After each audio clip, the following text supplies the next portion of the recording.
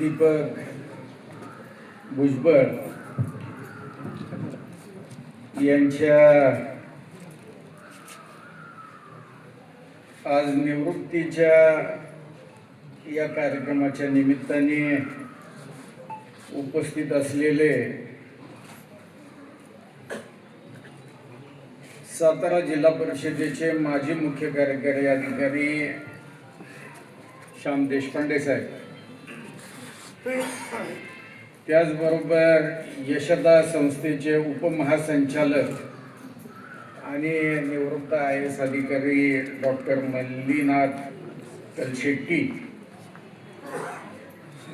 आमच्या जिल्हा परिषदेचे माजी उपमुख्य कार्यकारी अधिकारी गाराळे साहेब, गुरुजी, सातारा पंचायत समितीचे विद्यमान सभापती महेश दादा गाडे, आत्ताच नुकतेच उपस्थित झालेले वाई जनता बँकेचे अध्यक्ष माजी अध्यक्ष सुरेश कोरडे, राष्ट्रवादीचे तालुका अध्यक्ष आणि किसनवीर कारखान्याचे संचालक संदीप चव्हाण, राष्ट्रवादीच्या आमच्या महिला आघाडीच्या प्रमुख सीमाताई, उपस्थित आता राष्ट्रवादीचे आमचे महाराष्ट्राचे सेवा दलाचे अध्यक्ष राजेंद्र लंगारे, उपस्थित आता सर्वच मान्यवर आहेत. मी आता सर्वांची नावं घेत नाही कारण कार्यक्रम जवळपास 11:30-12 वाजता चालू झाला आहे. आता 2:30 वाजले, खूपच लांबला आहे कार्यक्रम आणि 2:30 वाजले. आता जेवणाची पण वेळ झाली. सगळ्यांना भाषणापेक्षा आता सगळ्यांचं जेवणाकडे लक्ष आहे. दीपकच्या फोन आला मला आणि मला म्हणला माझ्या निवृत्तीच्या कार्यक्रमाला तुला यायचंय. तुम्हाला कधी ये?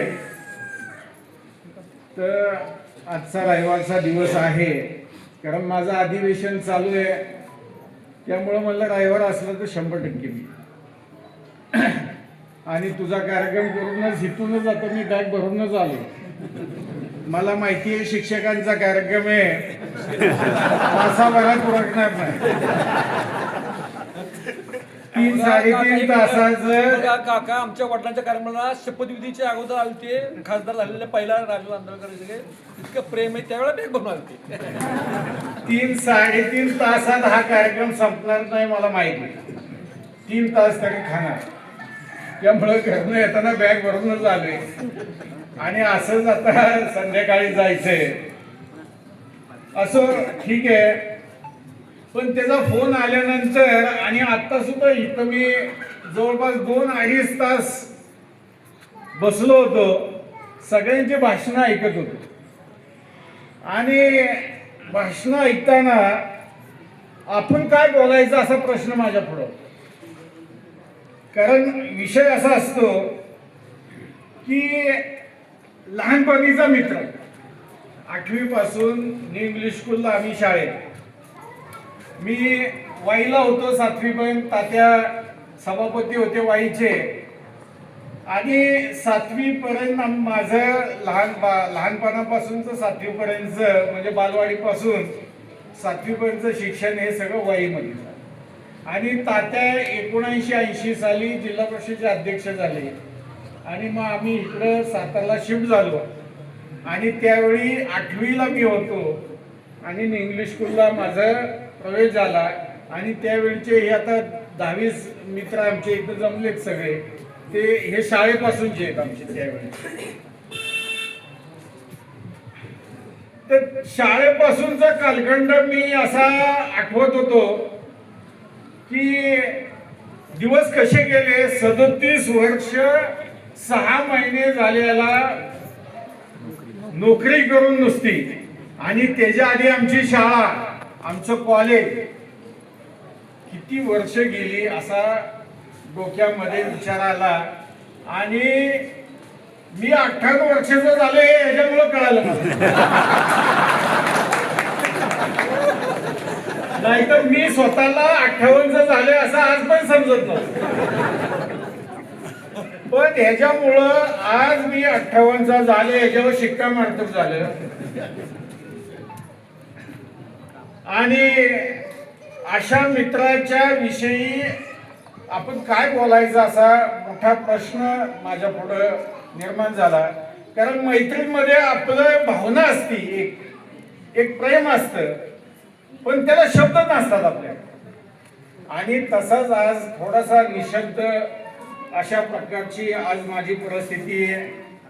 कौतुक करावं तर झाडावर चढल का? बर, दुसऱ्या भाषेची आपण मित्राला बोलतो त्या भाषेत स्थिर येऊन बोलता येत नाही,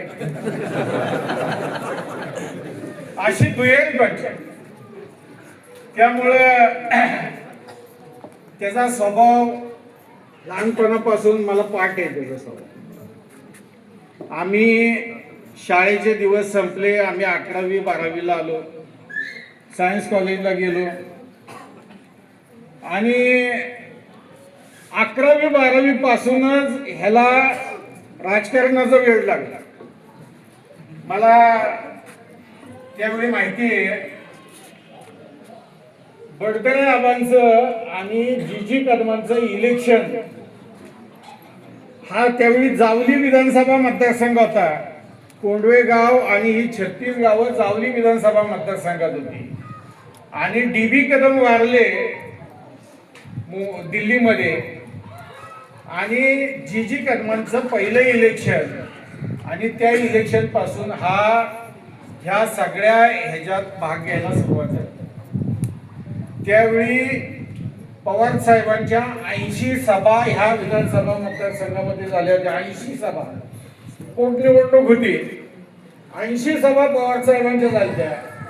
लक्ष्मण ढोबळे त्यावेळेचे एक उत्तम वक्ते होते त्या काळातले, त्यांच्या सभा कित्येक झाल्या. 125 त्यांच्या जवळपास बघा 125 अजूनही पार्टी.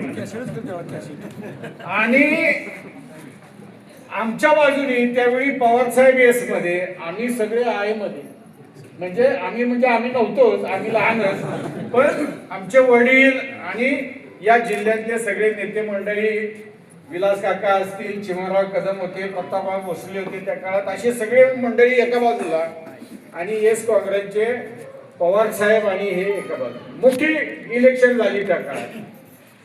त्या इलेक्शनच्या प्रत्येक सभेला हा जाणार, आणि सभा करून आल्यानंतर ढोबळे आज भाषणामध्ये काय म्हणले हे सगळं मला सांगणार. अध्यक्ष दिवसला त्यावेळी आम्ही राहिला होतो.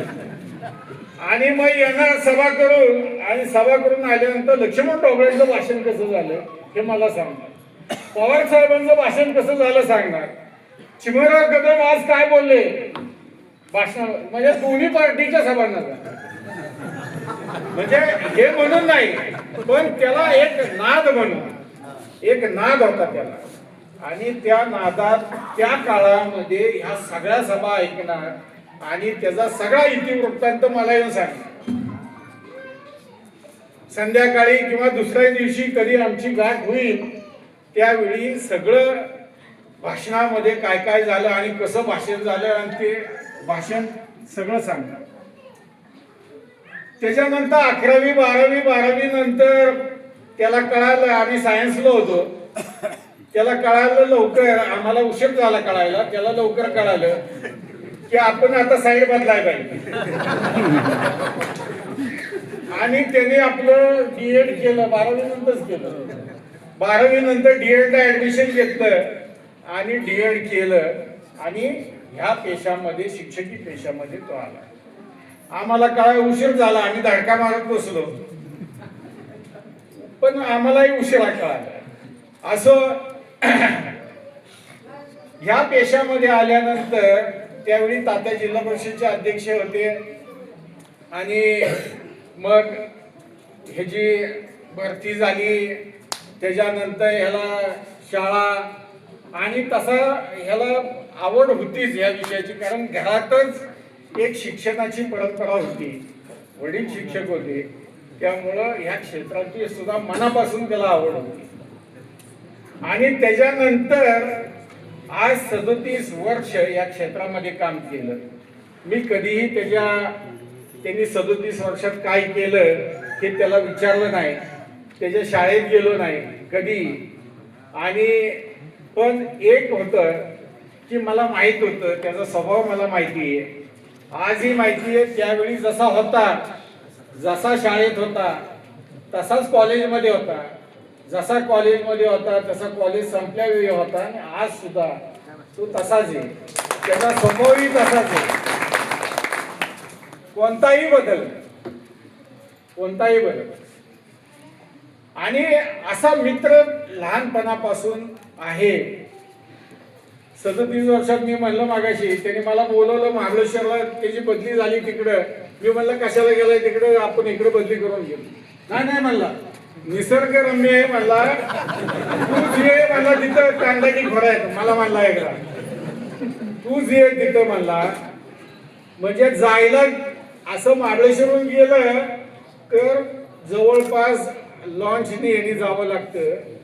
एक दिवस अख्खा जायला जातो. आम्ही इलेक्शनला जातो ना प्रचाराला, आमच्या मतदारसंघातच आहे मकरंद आपण, 2 दिवस मुक्कामाला जायला लागतं.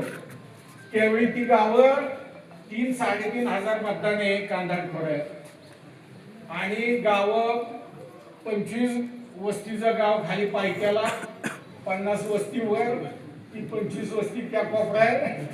असं 2 दिवसात संपत नाही. सगळी बोलावे लागतात एका ठिकाणी माणसं. अशा भागामध्ये अतिशय दुर्गम भाग होता तो.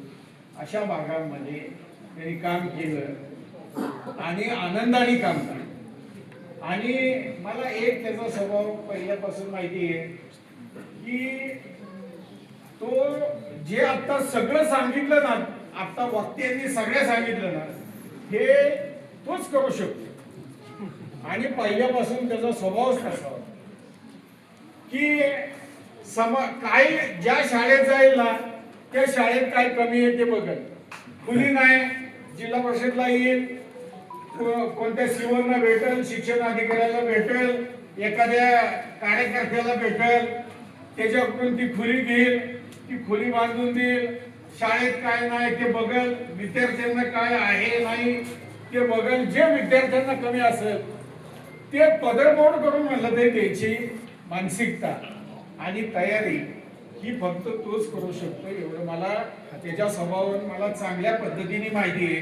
त्यामुळे सगळ्या वाक्यांनी जे सांगितलं त्यामध्ये मला काही आश्चर्य वाटलं नाही की हेच करणार तो ना, दुसरं काय करणार.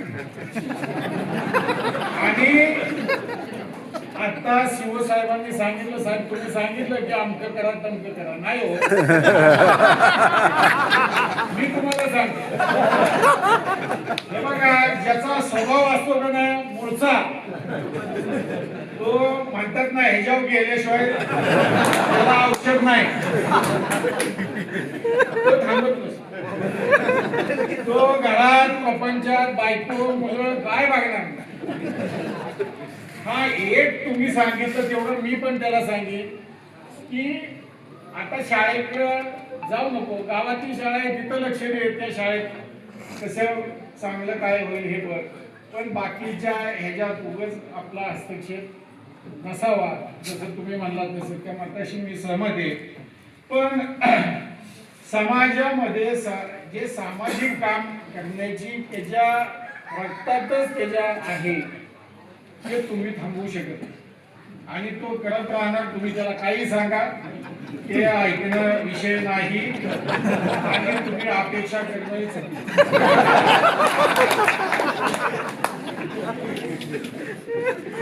त्यामुळं वहिनींचं कौतुक आहे, बरोबर वहिनींचं कौतुक आहे, कारण त्याचा स्वभाव आम्हाला माहिती आहे.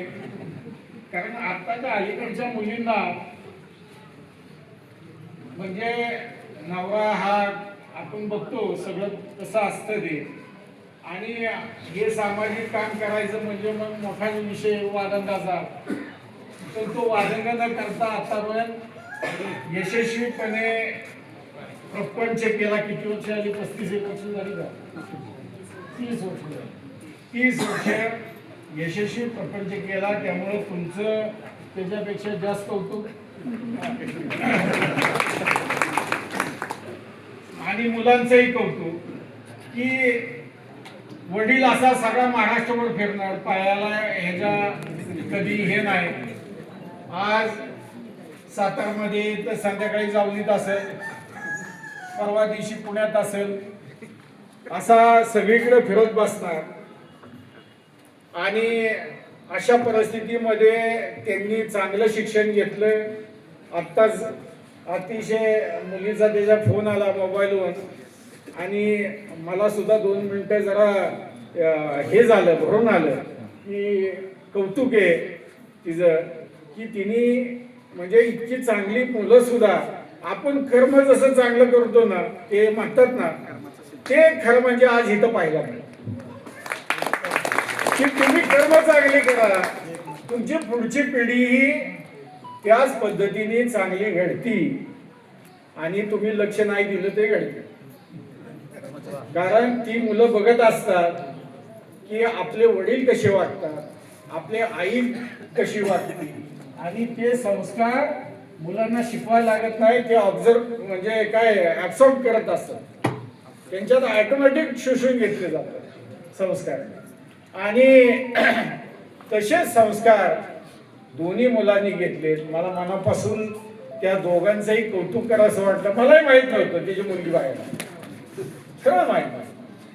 आणि अशा पद्धतीने आज त्याचा निवृत्तीचा कार्यक्रम आहे.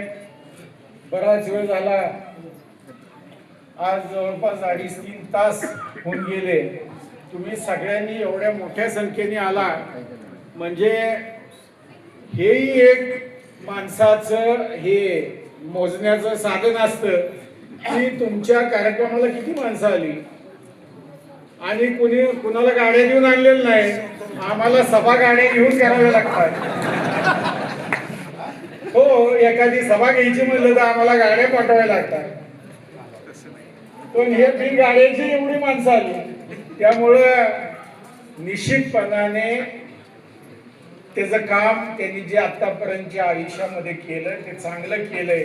आणि त्याचंच हे प्रतीक आहे की तुम्ही सगळी माणसं आणि शांतपणे, नाही तर आमच्या सभेतली माणसं एवढा वेळ झाला ना की निम्मे अगदी कुठून जातात, मागच्या यांनी लग्नीला जायचंय आणि कशाला जायचंय म्हणून कुणाला पाणी प्यायचं असतं, कुणाला काय जायचं, पण सगळ्या खुर्च्या फुल, कोणी उठलेलं नाही.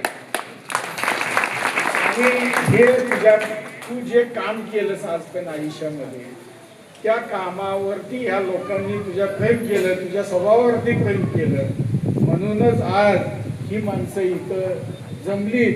अशी माणसं शक्यतो जमत नाही.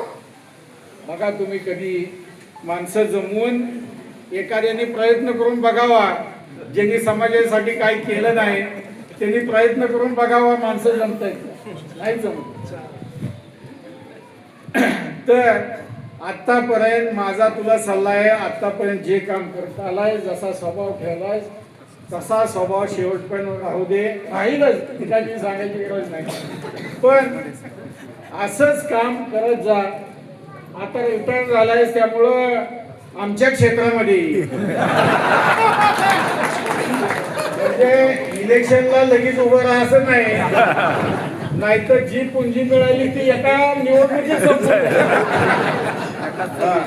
त्यामुळं उभं राहायचं, खूप डोक्यात घ्यायचं ते आता अवघड झालंय सध्या. हा, आणि दिवसेंदिवस आणि अवघड होत चाललंय की आमची परिस्थिती अशी आहे आता की आम्ही अशा परिस्थितीत धड माघारी वळता येत नाही आणि धड पुढे जात आहे. निवडणुका ह्या अशा परिस्थितीत आता येऊन थांबल्या की आपल्यासारख्या माणसांनी आता निवडणुकीच्या ह्याच्यात उतरावं का किंवा पुढची पिढी आणावी का ह्यात. तर माझं मत आहे की आता पुढची पिढी आणू नये. इतक्या निवडणुका वाईट झालेल्या आहेत, त्यामुळं आपण त्या ह्याच्यात न जाता एक समाजसेवा, सामाजिक कार्य करावं. कारण त्याची तुला मुळातच आवड आहे. मगाशी मी म्हणलं तसं की तुझ्या रक्तातच येते, त्यामुळं त्याच्याशिवाय तुझी तब्येत सुद्धा नीट राहणार. हो, नाहीतर लगेच आजारी पडल, काहीतरी व्याधी लागते, अजून काही व्याधी नाहीत आम्हाला सगळे डायबिटीस आहे, बीपी आहे, हार्टचा प्रॉब्लेम आहे, सगळे. पण तुझी तब्येत चांगली आहे, वहिनींची तब्येत चांगली आहे, ही अशीच शेवटपर्यंत राहो, ही परमेश्वरीच्या आज योग शिक्षिका आहे त्यामुळे तिथं फॉलो करतोय बरं का सकाळपासून. योग शिक्षिका आहे सकाळपासून तिथे हाताखाली येतात. चांगली गोष्ट आहे. तर दोघांचीही तब्येत अशीच चांगली शेवटपर्यंत राहावं, दीर्घायुष्य लाभावं तुला. तुझ्या हातून इथून पुढं आजपर्यंत समाजाचं काम झालंय, मुलं चांगली शिकवली असतील अशी आशा करतो. कारण महेशला दाखवून आलं, महेश हा विद्यार्थी तुझा सभापती झाला आणि त्याला भाषण करताना दाखवून आलं याचा अर्थ सर चांगला.